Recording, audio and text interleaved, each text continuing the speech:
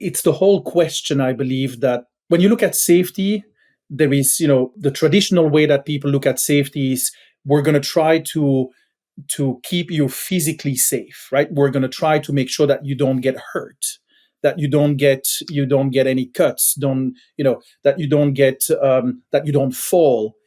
And that's a super important point, because that's the beginning of the road. Not getting people hurt on job sites.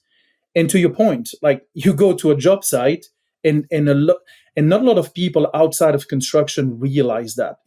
When you go to a construction job site, the difference with people that are in an office setting, the worst case that can happen to my physical integrity in an office space is that I fall from my seat, right? That's pretty much what can happen to me. And I've been, in office settings for 15 plus years. I never felt unsafe, physically unsafe. On a construction site, everything you look at, everything what people are doing can hurt them. The machines that they're using, the equipment they're using, the things that they're placing. If it falls, if something gets out of control, it is very quickly going to hurt them. So that's a very important part. But then we wanted to combine that with we call it well-being, because it goes a little further than safety. And it's really talking to our clients. More and more of our clients are actually getting they're really getting into not only safety, but also the total well-being of the employees and of the workers on job sites.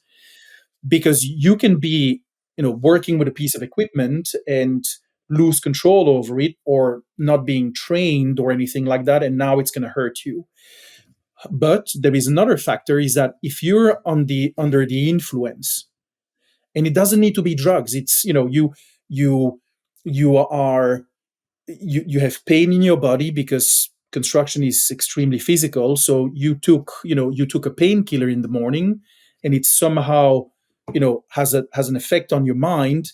And so if you're under the influence, if you are using that piece of equipment and you're thinking about your, a family member who is, sick at home, or a child who is getting bullied at school or something like that, any moment of where you're not attentive of what's going on, it's going to result in the same injury, or something happening to you. So the mental health of construction workers in general is so important. And again, I think Vivian and I, looking at our background specifically in construction, we wanted to recognize that this was something that was extremely important. And so we started going after universities and colleges in the United States to see if we could do some research. And we were very lucky that actually someone at Princeton University opened their doors to us. And so for about a year and a half, we worked with their Department of Behavioral Sciences and Public Policy on a project that we called the Construction Wellbeing Initiative. And we have a website. We've published all of our research there. It's called wellbeing.construction, and I'll repeat that a few times. And essentially, it's we went on a mission for a year and a half, talking to as many people as possible in the construction industry to find out how they were making their construction job sites better for the humans that are working on them.